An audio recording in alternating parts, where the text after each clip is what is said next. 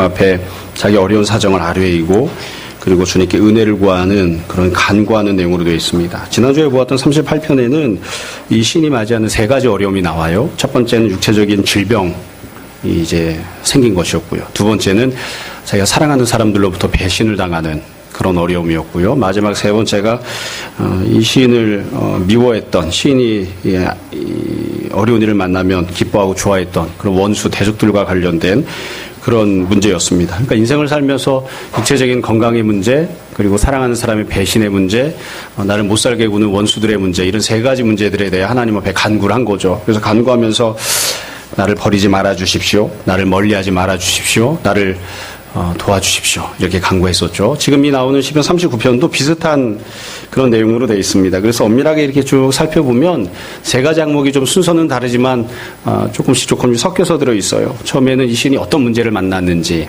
그리고 그 문제에 대해서 현실적으로 어떻게 반응을 하는지, 그리고 마지막으로는 하나님 앞에 어떻게 기도하고 있는지, 이런 내용들이 이렇게 좀 섞여서 있습니다. 그래서 이 39편도 분량은 다르지만 세 개의 소단락으로 나눌 수 있거든요. 그래서 각각의 소단락을 내용을 쭉 설명하고 그 다음에 다시 또 정리해서 말씀드리고 이렇게 하려고 합니다.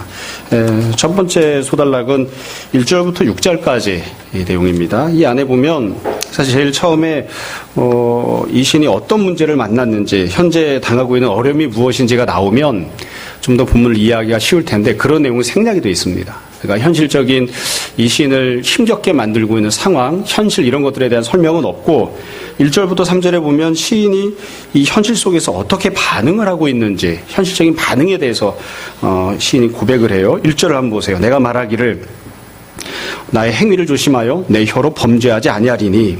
그래서 이 시인이 자기 행동을 조심한다고 하죠. 행동을 조심한다고 하는 건 혀를 절제하는 겁니다. 말을 함부로 하지 않겠다, 이렇게 이야기를 해요. 앞부분에 보시면 시편 38편에서는 사랑하는 사람들이 배신을 했기 때문에 도저히 내가 입을 열어서 말할 입장이 아니다. 그래서 내가 아무것도 말할 수 없습니다. 그랬습니다. 근데 지금도 그것과 비슷한지 아닌지는 알 수 없어요. 여하튼 시인이 내가 내 혀로 범죄하지 않겠습니다. 입을 다물겠습니다. 그렇게 이야기를 해요. 뿐만 아니라 1절 세 번째 줄에 보시면 악인이 내 앞에 있을 때에 내가 내 입에 재갈을 먹이리라 하였도다. 여기 보시면 내 앞에 분명히 악인이 있어요. 악한 사람이 있는데 이 사람과 관련된 어떤 이야기도 하지 않겠다는 거예요. 이 사람이 왜 악인인지는 잘 모르겠습니다. 이 사람이, 이 시인이 뭔가를 잘못하고 있기 때문에 시인에게 못되게 굴어서 악인인지, 아니면 이 시인이 아무것도 잘못한 게 없는데 그럼에도 불구하고 핍박을 가해서 악인인지 잘 몰라요. 38편에 나오는 식으로 이야기하면 시인이 사랑하는 사람이었는데 배신을 했던, 그래서 악인인지, 아니면 애당초 처음부터 관계가 안 좋아서 시인의 원수 노릇하던 사람이어서 악인인지, 여하튼 상황은 모르겠습니다. 여하튼 악인이 바로 앞에 있는데, 근데 이 시인이 내가 재갈을 먹이리라 이렇게 이야기해요. 재갈을 먹인다고 하는 것은 여러분 이렇게 어떤 건지 아시겠죠? 이걸 꽉 묶는 거죠. 그러니까 이게 보통 참는 게 아니라 막 입 밖으로 이야기가 튀어나오고 싶은데 이거를 참느라고 간신히 버티고 있는 거예요. 뭔가 말이 막 튀어나오는데 튀어나오는 말을 이야기를 안 하기 위해서 자기 입을 스스로 묶어두고 있는 그런 상황이죠. 그러니까 억지로 참고 있다. 선선히 잘 참아지는 그런 상황이 아닙니다. 뿐만 아니라 2절에 보시면 이렇게 되어 있어요. 내가 잠잠하여, 입을 다물고 말을 안 하고 있는 거죠. 선한 말도 하지 아니하니 나의 근심이 더 심하도다. 선한 말도 하지 않는다고 하는 것은 악인을 향해서 뿐만이 아니라 마땅히 할 수 있는 여러 가지 얘기들이 있습니다. 그 상대방을 향해서 권면을 하거나, 아니면 이것은 옳지 않다 지적을 해주거나, 아니면 격려하거나, 여러 좋은 이야기들도 할 수 있는 내용들이 있는데 그런 말들까지도 아무것도 하지 않는다는 거예요. 그래서 이 시인이 나의 근심이 더 심하도다 이렇게 표현하죠. 근심이 심하다고 하는 것을 우리식으로 표현하면 뭘까? 이분이 굉장히 시적으로 표현을 한 거예요. 좀 부드럽게 표현한 건데 제가 한번 생각을 해봤습니다. 어떻게 표현하면 조금 더 적나라하게 느낌이 올까?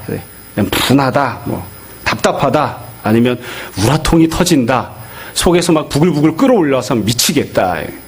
근데 속이 하고 싶은 얘기가 있는데 그 얘기를 못하기 때문에 미칠 지경인 거예요. 그래서 이거를 하고 싶은 얘기가 튀어나오는 걸 막기 위해서 어떻게 하고 있다고요? 재갈을 물리고 있는 거예요. 이를 꽉 물고, 어금니를 꽉 물고 간신히 참고 있는 거죠. 그런 형태로 지금 시인이 자기가 지금 반응하고 있는 것에 대해서 이야기를 해요. 3절에 보시면 또 이렇게 이야기합니다. 상황이 더 심각해지죠. 내 마음이 내 속에서 뜨거워서, 그러니까 이게 말은 참고 있는데 막 속 안에서 막 부글부글 끓고 있는 거죠. 속이 막 열을 받아가지고 뜨겁게 막 끓어오르고 있는 그런 상황이에요. 그래서 이 뜨거워서 어떻게 했느냐? 참다 안 돼가지고 결국 3절 두 번째 줄에 작은 소리로 읊조릴 때에, 이게 막 끓어오르니까 참다 결국은 재갈을 물려나는데도 그게 안 되니까 작은 말로 하는 겁니다. 혼잣말로 하는 거예요. 근데 그 작은 말로 읊조릴 때 어떠하냐? 불이 붙었다. 불이 붙은 작은 말을 하는 겁니다. 여러분, 이 사람이 어떤 문제를 당해서 이렇게 하고 있는지 잘 모르겠습니다. 앞에서 말씀드린 것처럼 내가 선하게 살았는데도 억울한 일을 만났기 때문에 이런 지경인지, 아니면 정말 이 사람이 벌을 받을 만한 상황이어서 합당한 형벌을 받고 징계를 받고 있어서 그 와중에도 이렇게 한 것인지, 이건 잘 모르겠어요. 여하튼 이 사람이 뭐라고 이야기하냐면 결국 우라통이 터져서 미치겠는 겁니다. 아주 미치겠어요. 미칠 지경인 거예요. 속에서 부글부글 끓어서 어떻게 표현해야 적절하게 표현을 할까요? 예? 아이들이 있는 데서 이렇게 얘기하면 적절하지 않을 수도 있어서, 예? 하민이가 그렇게 열심히 찬양했는데 속에서 말하자면 이게 막 환장할 지경인 거예요. 이걸 어떻게 할 수가 없는, 그렇죠? 예. 뚜껑이 열린다 그러죠. 이게 막 미칠 지경인 그런 상황입니다. 여러분 혹시 이런 상황을 경험해 보신 적 있습니까? 이유가 무엇이 되었든 상황이 무엇이 되었든 아주 내가 미칠 지경입니다. 가서 뭐라도 때려 부시지 않으면 내가 도저히 참을 수가 없습니다. 내가 이게 뭔가를 막 다 토해내고 싶은데 토해낼 수가 없으니까, 토해내서도 안 된다는 걸 알고 있으니까 참고는 있는데 이걸 도대체 어떻게 해야 됩니까? 그래서 할 수 있는 게 뭐냐면 간신히 참다가 결국에는 혼잣말을 하는 거죠. 혼잣말을 하는데 불이 붙은 혼잣말을 뒤돌아서 하고 있는 거예요. 그렇죠? 이건 불행한 일이긴 하지만 직장 생활 하시는 분들은 어느 정도 이해할 수 있는, 그래서 그 앞에서 대놓고 말은 못하고 그러고서 뒤돌아서 뭐라고 하죠? 이 XX 막 이렇게 크게 이야기하면 상대방이 들으니까 안 되죠. 그러니까 조그마한 목소리로 젠장 막 이러고서는 막 누르고 있는 그런 모습으로 지금 시인이 반응하고 있는 겁니다. 더 제가 적절하게 다 표현을 잘 못하겠어요. 사실은 이게 막 욕설을 해가면서 막 하면 조금 더 적실하게 표현할 수 있는지도 모르겠어요. 근데 이게 상황이 어떤 건지는 이해가 되시죠? 그래서 이 시인이 그렇게 지금 현실 속에서 반응을 하고 있다. 참 어려운 일입니다. 어려운 일. 참 이렇게 설교하다 보니까 상진 형제가 보이네요. 예. 상진 형제도 보이고, 우리 민우 형제님도 보이고, 또 직장 다니는 이렇게 여러 사람들이 보이네요. 자, 직장 생활 힘들어서 육아휴직을 할까 고민하는 형제도 보이고, 모르시죠? 누군지. 여튼 너무너무 힘든 거예요. 힘들어서 이걸 어떻게 해야 되느냐. 지금 시인이 이렇게 반응을 하고 있습니다. 자, 그럼 이렇게 반응을 하고 있다가 이 시인이 어떻게 하는지 하나님 앞에 기도를 합니다. 이 가까운 소달락마다 기도가 들어있거든요. 4절에 보시면 기도가 나와요. 4절을 보세요. 여호와여, 나의 종말과 연한이 언제까지인지 알게 하소서. 내가 나의 연약함을 알게 하소서. 이런 상황에서 이 시인이 하나님 앞에 기도합니다. 그러니까 이 기도하는 모든 내용들은 이걸 꾹꾹 누르고 있다가 하나님 앞에서 호소하고 간구를 하는 거예요. 호소했던 내용이 무엇이냐면 4절 두 번째 줄에 보면 나의 연약함을 알게 하소서. 나는 연약한 사람입니다. 그리고 내가 연약한 존재라고 하는 사실을 깨닫게 해 주십시오. 나를 가르쳐 주십시오. 내가 알게 해 주십시오. 내가 깨닫게 해 주십시오. 내가 연약한 존재라고 하는 사실을 깨닫게 해 주십시오. 여기 보면 4절의 첫 줄에는 그렇게 되어 있죠. 나의 종말과 연한이 언제까지인지 알게 하사. 종말과 연한이 언제까지인지 알려달라고 하는 것은 내가 몇 년, 몇 월, 며칠에 죽을지 알려달라 이런 뜻이 아니에요. 내가 유한한 존재, 한계를 갖고 있는 존재, 언젠가는 죽는 존재라고 하는 사실을 내가 깨닫게 해 주십시오. 이제 그렇게 지금 간구하는 겁니다. 왜 이렇게 간구했을까? 이건 앞에 어떤 상황, 어떤 문제였는지 우리가 정확하게 알 수 없기 때문에 사실은 정확하게 이해하거나 해석하기 좀 어렵습니다. 그렇지만 여하튼 이 시인이 이유가 무엇이 되었든 분해서 그렇건 아니면 징계를 받고 있건 나는 연약한 존재, 나는 무기력한 존재, 그리고 유한한 존재라고 하는 사실을 깨닫게 해달라. 이렇게 하나님 앞에 기도해요. 그러면서 5절부터 6절에 보시면 자기의 연약함이 어떤 것인지를 세 가지로 고백을 합니다. 고백을 하면서 이것을 더 정확하게 깨닫게 해달라고 그렇게 하나님 앞에 기도해요. 5절을 보세요. 첫 번째 자신의 연약함입니다. 주께서 나를 한 뼘 길이만큼 되게 하심에 나의 일생이 주 앞에는 없는 것 같습니다. 여러분 사람마다 평생을 살아오면 각각 다르죠. 50살은 50년 살았고 60살은 60년 살았고 하민이는 몇 년 살았지? 몇 년? 7년? 잘 생각해봐. 진짜로 7년 살았어? 혹시 6년 반 이런 거 아니야? 평생을 살아온 날이, 내가 평생을 살았잖아요. 어떤 사람은 7년, 어떤 사람은 20년, 어떤 사람은 30년. 자기가 인생을 경험한 최대치 가장 긴 시점에 지금 현재 있는 거죠. 누구나 다. 내가 그렇게 평생 살았는데 그 평생 살아온 것이 나에게 있어서는 일생이지만, 평생이지만 주님 앞에서는 없는 것 같다. nothing이다. 아무것도 아니다. 그게 나의 연약함이에요. 내가 누린 가장 오랜 세월, 내가 버텨왔던 가장 긴 시간이 나에게는 가장 긴 시간이지만, 가장 오랜 시간이지만 하나님 앞에서는 없는 것이다. nothing이다. 그렇게 고백합니다. 이거를 내가 깨닫게 해달라. 이거를 내가 깨닫게 해달라. 두 번째로는 5절 세 번째 줄에 보시면 사람은 그가 든든히 서 있는 때에도 진실로 모두가 허사뿐이니이다. 든든히 서 있다. 이게 어떤 부분인지 잘 모르겠어요. 건강의 문제에 있어서 내가 건강하다 이럴 수도 있고, 사업의 문제에 있어서 내가 재정적으로 넉넉하다 이런 걸 수도 있고, 인간관계에 있어서도 흔들림 없이 아무런 어려움 없이 든든하게 서 있다 이런 뜻일 수도 있습니다. 여하튼 내 입장에서는, 내 형편에서는 뭐 흔들리거나 어려움이 있거나 뭐 어떤 고난 없이 그냥 든든하게 서 있는 최대치로 안전한 그런 상황이에요. 그러나 그게 하나님 앞에 서면 어떠하냐? 모두가 허사뿐이다. nothing이다. 내가 갖고 있는 모든 든든함이, 난 이것만 있으면 돼, 난 이건 흔들리지 않을 거야, 이렇게 생각하는 모든 것들이 사실은 주님 앞에서는 허사에 불과하다. nothing에 불과하다. 그걸 내가 깨닫게 해주십시오. 그렇게 지금 강구하는 거예요. 6절에 보시면 이렇게 되어 있어요. 진실로 각 사람은 그림자같이 다니고, 그림자같이 다닌다는 것은 사실은 실제로는 막 열심히 다니고 있는 겁니다. 열심히 다니고 있는데, 분주하게 뛰어다니고 있는데 그게 그래봤자 고작 그림자에 불과하다는 거예요. 또 헛된 일로 소란하며 열심히 막 소란을 피우면서 분주하게 뭔가를 하고 있는 거죠. 그 결과 재물을 쌓아둡니다. 그래서 이 6절에 나오는 내용은 내가 나에게 맡겨진 일이건 아니면 내가 원하는 일이건 열심히 분주하게 최선을 다해 일을 하고 있고, 그 결과 열매를 맺어서 무언가를 든든하게, 내 인생을 보장해 줄 것으로 든든하게 쌓아두고 있는 거예요. 근데 이 모든 것들에 대해서 그것도 역시 마찬가지로 nothing이다. 그림자에 불과할 뿐이다. 이게 나의 연약함이라는 겁니다.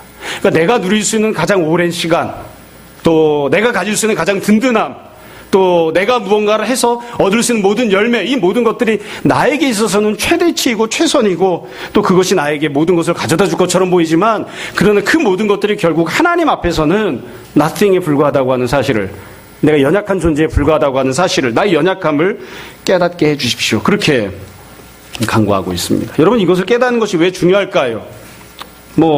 우리가 삶을 살면서 하나님 앞에서 교만한 그런 생각을 갖게 되는 이유는 사실 이런 이유들 때문입니다. 내가 지금 살고 있는 이 삶이 영원히 지속될 것처럼 생각하죠.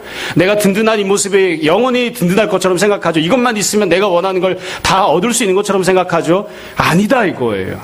이건 원수를 향해서도 마찬가지입니다. 이 사람이 만약 누군가 때문에 힘들고 어렵다면 그 사람이, 나를 힘들고 어렵게 하는 사람이 영원히 나를 힘들게 할 것처럼 보이죠. 아니라고요. 그 사람이 든든해서 나는 그 사람을 뒤집어 엎을 수 없는 그 모습이 영원할 것처럼 생각되죠. 아니라고요. 든든해 보이는 원수도, 모든 열매를 쌓아놓고 있는 그 원수도, 분주히 뛰어다니고 있는 그 원수도 하나님 앞에서 그림자에 불과해서 어느 날 훅 하고 하나님이 불어버리시면 다 사라져버릴 그런 존재에 불과한 거예요. 그러니까 그 사실을 내가 깨닫게 해달라, 그렇게 기도하고 있습니다.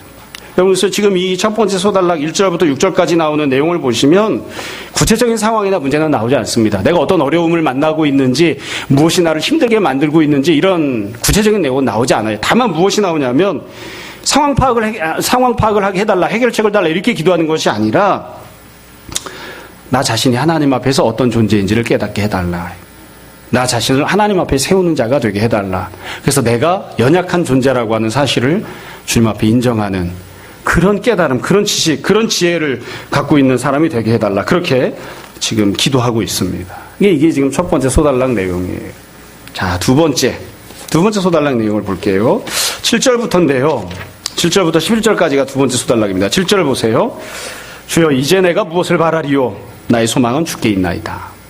이제 처음에 7절에는 상황에 대한 설명 이런 건 전혀 나오지 않고요. 그냥 기도하는 내용이 먼저 나옵니다.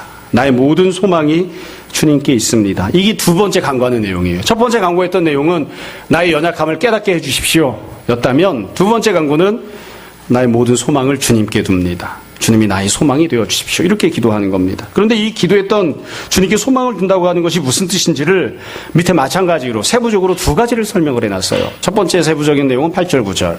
두 번째는 10절, 11절이에요. 근데 8절, 9절 내용을 보시면 아주 독특하게 되어 있습니다. 다시 한번 잘 보세요. 8절을 보시면 모든 소망을 주님께 둔다고 하면서 8절 제일 처음에 뭐라고 이야기하죠? 나를 모든 죄에서 건지소서. 이게 첫 번째로 강구하는 내용입니다. 여러분, 이 내용이 굉장히 독특하고 중요합니다. 왜 그러냐면 앞부분과는 굉장히 다른 태도이기 때문에 그래요. 앞부분에서 처음에 첫 단락 1절부터 6절까지 보시면 어떤 상황이었죠? 이 시인이 이유가 뭔지는 모르지만 분하고 억울하잖아요. 원통하잖아요. 속이 막 부글부글 끓고 있잖아요. 그걸 참느라 힘들어서 미칠 지경이잖아요. 내가 잘했건 잘못했건 이유가 무엇이 되었든지 간에 내가 입을 열지 않고 이걸 참느라고 내가 미칠 지경입니다. 이런 상황이었는데 이 시인이 그 상황에서 나의 연약함을 깨닫게 해달라. 이게 사실 어쩌면 본심이 아닐지도 몰라요. 원래 기도하고자 했던 마음은 저 자식이 망하게 해주십시오. 저 녀석이 심판받게 해주십시오. 이런 거였을지도 몰라요. 근데 여하튼 기도를 그렇게 했죠. 나의 연약함을 깨닫게 해달라고. 그리고 지금은 두 번째로 간구할 때 뭐라고 기도하냐면 아주 놀랍게도 어찌 보면 논리적으로 이해할 수 없는 부분이에요. 나의 죄를 용서해 주십시오. 나의 죄를 용서해 주십시오. 이 시는 지금 뭐라고 이야기합니까? 내가 죄인입니다. 이렇게 인정을 하는 거예요. 내가 죄인입니다. 그리고 주님께서 나의 죄를 용서해 주시고 나를 그 죄로부터 건져내 주시길 원합니다. 이렇게 기도하고 있어요. 그러니까 이 앞에 나왔던 첫 번째 단락이랑 지금 이 단락은 너무너무 내용이 달라요. 이 사람이 지금 하나님 앞에 분통해하고 원통해하든가 마치 누군가가 구약의 선지자가 이야기했던 것처럼 내가 그냥 혀를 꽉 깨물고 죽어도 그래도 나는 타당합니다. 하나님이 나한테 잘못하신 겁니다. 그런 상황이 아니에요. 그렇게 이야기하고 있는 게 아니에요. 지금 하나님 앞에서 모든 목소리를 다 낮추고 마음을 낮추고 무언가를 조용히 하나님 앞에 토로하는데 거기에 막 불이 붙어 있는 젠장 막 이렇게 이야기하는 그런 모습이 아니라 나의 죄를 용서해 주십시오. 내가 죄인입니다. 그렇게 고백하고 있어요. 그 위에 8절 두 번째 줄에 보시면 우매한 자에게서 욕을 당하지 아니하게 하소서. 이건 이제 현실 속에서 나를 건져내달라는 거죠. 내가 죄인입니다. 나의 죄를 용서해 주십시오. 그렇게 간구한 다음에 현재 이 상황으로부터 내가 당하고 있는 이 어려움으로부터 내가 우매한 자, 원수로부터 당하고 있는 이 치욕스러운 상황에서부터 나를 건져내 주십시오. 이제 현실적인 문제를 해결해달라고 간구하는 거예요. 그러니까 이 간구하는 내용을 보시면 앞에 있던 태도와 굉장히 달라요. 그래서 9절에 보면 이렇게 이야기를 해요. 내가 잠잠하고 입을 열지 않습니다. 왜 그렇게 입을 열지 않는가? 주님께서 이를 행하셨기 때문입니다. 이거 굉장히 다릅니다. 앞에서는 어떻게 행동했느냐? 입을 다물었죠. 막 튀어나오는 걸 참기 위해서 입에다 막 재갈을 물리고 있었죠. 막 분하고 억울했죠. 그런데 지금은 뭐라고 이야기합니까? 똑같이 입을 다물고 있습니다. 다물고 있는데 입을 다무는 이유는 내가 지금 당하는 이 모든 일들이 사실 인간적으로 보면 분하고 원통한 일들이지만 막 끌어오를 그런 상황이지만 그러나 내가 지금 곰곰이 다시 생각하고 앞에서 기도했던 게 응답을 받은 거죠. 나의 연약함을 깨달은 거예요. 그리고 난 다음에 주님께서 나에게 허락하신 징계의 과정이라는 것을 내가 인정합니다. 그래서 내가 입을 다뭅니다. 그래서 태도가 굉장히 달라진 겁니다. 많이 달라진 거예요. 이 내용을 두 번째로 다시 한 번 더 반복합니다. 10절, 11절. 10절에 보면 다시 한 번 더 이렇게 이야기를 해요. 주의 징벌을 나에게서 옮기소서. 지금 당하고 있는 현실을 주님께서 나에게 징벌하신 것이라고 고백을 합니다. 그러니까 이건 앞에 있던 거랑 똑같아요. 나의 죄를 용서해달라고 하는 거랑 똑같아요. 내가 죄를 졌기 때문에 그 결과 지금 징벌을 당하고 있는 것입니다. 이 징벌로부터 나를 건져내 주십시오. 그리고 난 다음에는 11절. 주께서 죄악을 책망하사 사람을 징계하실 때에 그 영화를 좀먹음같이 소멸하게 하시니 참으로 인생이란 모두 헛될 뿐이니이다. 내가 지금 영화를 갖고 있다가 그 모든 영광이 좀먹음처럼 다 소멸당하는 그런 상황에 처해 있습니다. 근데 이렇게 소멸당하는 일들을 내가 왜 당하고 있는 것이냐? 하나님께서 나를 징벌하시기 때문입니다. 하나님이 나를 징계하시기 때문입니다. 그 상황으로부터 나를 건져내 주십시오. 지금 그렇게 간구하는 거예요. 그래서 이 7절부터 11절 이 두 번째 단락을 보시면 이 시인이 완전히 다른 기도를 합니다. 1절부터 6절까지는 완전히 다른 기도예요. 그래서 이 7절부터 11절에 보시면 이 사람이 내가 죄인이라고 하는 사실을 인정하고요. 그리고 하나님께서 내 죄를 용서해달라고 그렇게 하나님께 간구하고요. 그리고 난 다음에 그 뒤에야 비로소 내가 지금 처해 있는 현실에서 나를 건져내달라고 기도하는 그런 모습을 볼 수 있습니다. 그래서 1절부터 6절, 이 첫 번째 단락과 지금 7절부터 11절 두 번째 단락을 비교해 보시면 제가 시편 설교할 때 가끔씩 말씀드리지만 이게 과연 똑같은 사람이 기도한 건가? 그런 생각이 들 정도입니다. 이게 과연 똑같은 사람이 기도한 게 맞나요? 똑같은 상황 속에서 기도한 건가요? 7절부터 11절까지 상황은 혹시 하나님이 무언가 좀 형통하게 만들어주시고 분통했던 상황을 해결해 주셨기 때문에 이렇게 기도하고 있는 것은 아닌가, 이런 생각이 들 만큼 너무너무 다른 그런 기도를 하고 있습니다. 자, 마지막 세 번째 단락입니다. 세 번째 기도는 12절부터 13절에 나옵니다. 이 세 번째 단락은 결론적인 기도죠. 그리고 어찌 보면 이게 제일 가장 높은 수준의 가장 성숙한 모습으로 기도하는 그런 내용이에요. 12절을 보세요.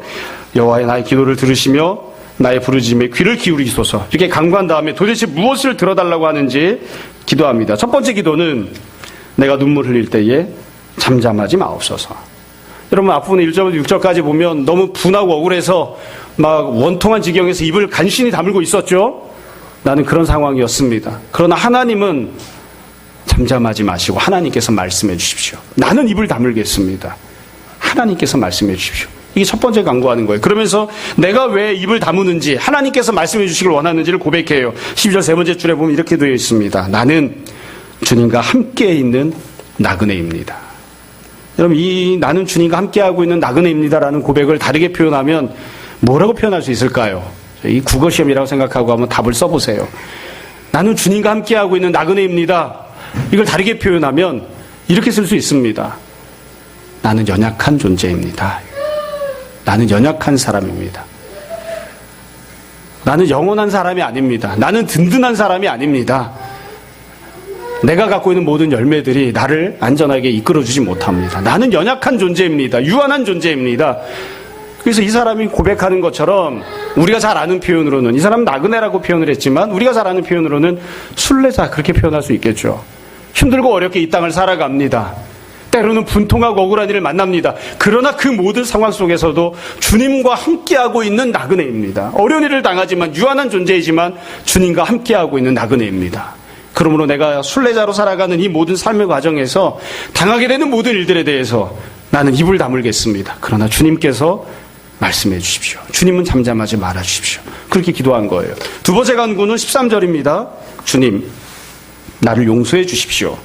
내가 떠나 없어지기 전에, 그러니까 죽기 전에 나의 건강을 회복시켜 주십시오. 여기서 한 가지 건강 문제만 이야기한 것 뿐이고 다른 여러 가지 삶의 문제들에 대해서도 하나님 앞에 기도하겠죠. 다른 모든 문제들도 해결해 주십시오. 다만 그 모든 것들에 앞서서 나의 모든 죄를 용서해 주십시오. 내가 나의 허물로 인하여, 나의 부족으로 인하여 주님께 징계받고 있는 것임을 내가 고백합니다. 인정합니다.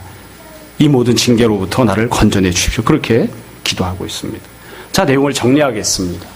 언제나 그렇지만 모든 성경 본문을 읽고 이해할 때 제일 중요한 건 본문을 정확하게 이해하고 해석하는 겁니다. 그래서 본문에서 뭐라고 이야기를 하고 있는지를 잘 생각하고 그것에 대해서 이제 스스로에게 적용을 해봐야 되는 거죠.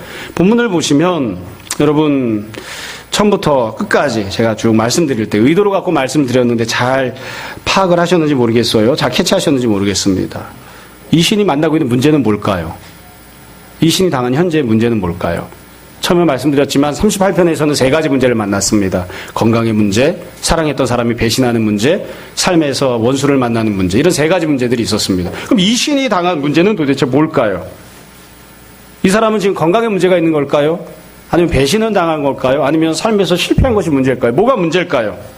제가 이걸 가지고 일주일 내내 고민을 했어요. 예전에 했던 설교 원고도 찾아보고 다른 주석도 찾아보고 그러니까 신학자들마다 다 뭐라고 써놨냐면 어떤 사람은 건강의 문제다, 어떤 사람은 사업의 실패가 문제다, 어떤 사람은 인간관계의 문제다, 여러 가지 문제를 쭉 써놨더라고요. 저도 이렇게 생각을 해봤어요. 어떤 게 문제였을까? 어떤 게 문제였을까? 그러고 나다가 제가 깨달은 점이 한 가지 있습니다. 지금 쭉 설교에 말씀드린 그대로예요. 39편은 무엇이 문제인지가 핵심 주제가 아니에요. 이 사람의 태도가 바뀌었다는 게 핵심 주제예요. 문제가 어떤 종류의 문제, 그거 중요하지 않아요. 어떤 종류의 문제였든지 간에 이 사람은 처음에는 어떤 모습을 갖고 있었냐면 분하고 억울해서 원통해서 이 가슴이 끌어젖혀서 이 머리가 막 뚜껑이 열리고 있는 상황이에요. 근데 차마 그걸 다 토로하면 그게 불신앙이라고 하는 것은 나름대로 어느 정도 알고 있기 때문에 억지로 참고 있는 상황이었어요. 그랬던 사람이었는데 이 사람이 그 다음에 태도를 바꾼 거죠. 나의 연약함을 깨닫게 해주십시오. 나의 부족함을 깨닫게 해주십시오. 내가 하나님 앞에서 입을 열어서는 안 되는 존재라고 하는 사실을 깨닫게 해주십시오. 그렇게 하나님 앞에 간신히 기도하고 또 기도하고 그러다 결국 태도가 바뀐 거예요. 진짜로 깨닫게 된 거죠. 나의 연약함을 알게 된 거죠. 고백하게 된 거예요. 그래서 그 다음에 태도를 바꾼 겁니다. 나의 죄를 용서해 주십시오. 나의 허물을 용서해 주십시오. 내가 징계받고 있음을 고백합니다. 이 징계로부터 나를 건져내 주십시오. 그렇게 태도를 바꾼 거예요. 그래서 지금 이 시에서 제일 중요한 건 이겁니다. 마치 욥이 고난을 받지만 왜 그 고난을 받는지 이유가 나오지 않는 것처럼 이 시인도 마찬가지. 어떤 문제로 고난당하는지 중요하지 않아요. 이 사람이 어떻게 태도를 바꾸었는지가 매우 중요한 거죠. 첫 번째 단락에 그런 태도를 갖고 있다가 첫 번째 단락에서는 억지로 입을 다물고 있다가 두 번째 단락으로 넘어오면서는 자기의 죄를 인정하고 자신의 연약함을 고백하고 그러면서 입을 다물고 있는 모습으로 바뀐 거예요. 이게 중요한 거죠. 그리고 맨 마지막 단락에서는 온전하게 하나님의 은혜를 구하는 간구를 하지 않습니까? 여러분, 사람이 첫 번째 단락의 태도에서 두 번째 단락의 태도로 넘어가려면 어떻게 해야 그렇게 태도가 바뀔 수 있을까요? 본문에서 알려주는 해답은 하나밖에 없습니다. 뭐 기도를 열심히 해야 된다, 아니면 뭐 충성 봉사해야 된다, 이런 게 아니고 본문에서 이야기하는 건 딱 하나입니다. 분할 때, 억울할 때 하나님께서 그 사람의 마음을 만져주셔서 내가 얼마나 부족한 존재인지, 내가 얼마나 연약한지를 깨닫게 해주셔야 됩니다. 그래야 두 번째 태도로 넘어갈 수 있습니다. 내가 연약하다고 하는 사실을 깨닫지 않으면, 하나님께서 나에게 가르쳐 주시고 내가 그것을 배우게 하지 않으시면 절대로 두 번째 태도로 못 넘어갑니다. 계속 어떤 태도로 있을까요? 계속 첫 번째 태도로 있는 거예요. 나는 분합니다. 나는 분합니다. 아무리 생각해봐도 나는 분하고 억울합니다. 분통이 터져서 살 수가 없습니다. 하나님께서 입을 막 다물고 있으라고 하니까 입을 다물고는 있지만 이게 어떻게 제어가 안 돼서 내 스스로 막 재갈을 물리고 어떻게든 억지로 참고는 있지만 그러나 난 너무너무 억울합니다. 어떻게 하나님이 나한테 이렇게 할 수 있습니까? 이 태도에서 두 번째 태도로 절대로 못 넘어가요. 나의 연약함을 인정하지 않으면, 나의 연약함을 정말로 깨닫지 않으면. 여러분들도 아마 다 그런 경험 있으실 거예요. 교회 다니는 사람들은 입만 살아서 입으로만 신앙을 고백한다, 그런 이야기를 많이 듣곤 하죠. 제가 개인적으로 생각할 때는 입으로라도 신앙 고백하는 게 참 귀한 것 같아요. 마음이 그걸 따라가지 못해도 내 마음에서는 스스로는 나 정도면 괜찮아라는 생각이 있으면서도 입으로는 저는 부족한 게 많습니다. 사실은 입으로만 이야기하고 있는 거예요. 입으로는 내가 부족하기에 맞습니다. 나는 연약합니다. 사람은 유한하죠. 이렇게 이야기를 하고 있지만 속으로는 나는 든든해. 나는 갖고 있는 것이 많아. 나는 열심히 이것저것 행해서 열매들을 쌓아놓은 것이 많아. 나 정도면 괜찮아. 이 생각이 속에 차 있는 거예요. 그러니까 이거 인정을 못하는 거죠. 받아들이지 않는 거예요. 심지어 옆에 있는 사람이 권면하는 건 뭐 당연히 듣지 않고 주님께서 말씀을 하셔도 내가 죄가 있습니다. 내가 허물이 있습니다. 내가 징계를 받아서 지금 이런 상황에 처해 있는 것입니다. 절대로 인정을 하지 않는 거예요. 그러니까 태도가 두 번째 단계로 못 넘어가는 거죠. 바뀌질 않는 겁니다. 바뀌질 않는 거예요. 여러분, 우리가 직장 생활하면서 못돼 먹은 직장 상사가 함부로 행동할 때에 억울하고 분통하죠. 그러나 그 억울하고 분통한 일을 당하다가 두 번째 태도로 넘어가는 사람이 있는가? 성도 중에 없더라고요. 끝까지 억울하고 분하기만 합니다. 근데 주님 앞에 서서 기도하는 거예요. 나의 연약함을 주님 깨닫게 해주십시오. 물론 저 사람이 악하죠. 사회 구조가 틀려 먹었죠. 그러나 자기 자신을 언제든지 주님 앞에 세워놓는, 그리고 나의 연약함을 주님 앞에 고백하는 그런 모습이 되어야 되는데 그게 안 되는 거예요. 그 끝까지 고집을 부리고 주장을 합니다. 나는 괜찮습니다. 나는 잘났습니다. 난 똑똑합니다. 나는 성실히 살았습니다. 나는 그래도 괜찮은 사람입니다. 그 생각을 내어놓지 못하는. 그래서 어찌 보면 이 시편 39편은 욥기와 비슷한 것 같아요. 욥이 처음부터 끝까지 주장을 하잖아요. 나는 억울하다. 그래서 결국 이 첫 번째 단락의 모습에서 두 번째 단락으로 나는 죄인입니다. 나는 연약합니다. 여기로 넘어가는 데까지 무수히 많은 논쟁을 했어요. 그래도 결국 그 태도로 못 넘어갔습니다. 욥기와 비슷한 것 같아요.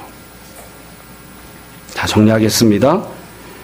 여러분 살면서 이유가 무엇이 되었든 어려운 일을 만나서 삶의 분통이 터지고 마음이 끓어오르는 화통처럼 도저히 이거를 제어할 수 없는 분하고 억울한 원통한 그런 일들을 만났을 때에, 그런 상황을 만났을 때에 스스로 하나님 앞에 불평을 제기하는 것이 너무나 타당하다고 생각하고, 그래서 하나님 앞에서 무언가를 이야기하는 게 너무 주저되어서 스스로 입을 재갈물려야만 하는 그런 상황들을 만났을 때에 우리가 어떤 태도를 취해야 되는가, 또 어떻게 해야 되는가를 다시 한번 잘 생각했으면 합니다.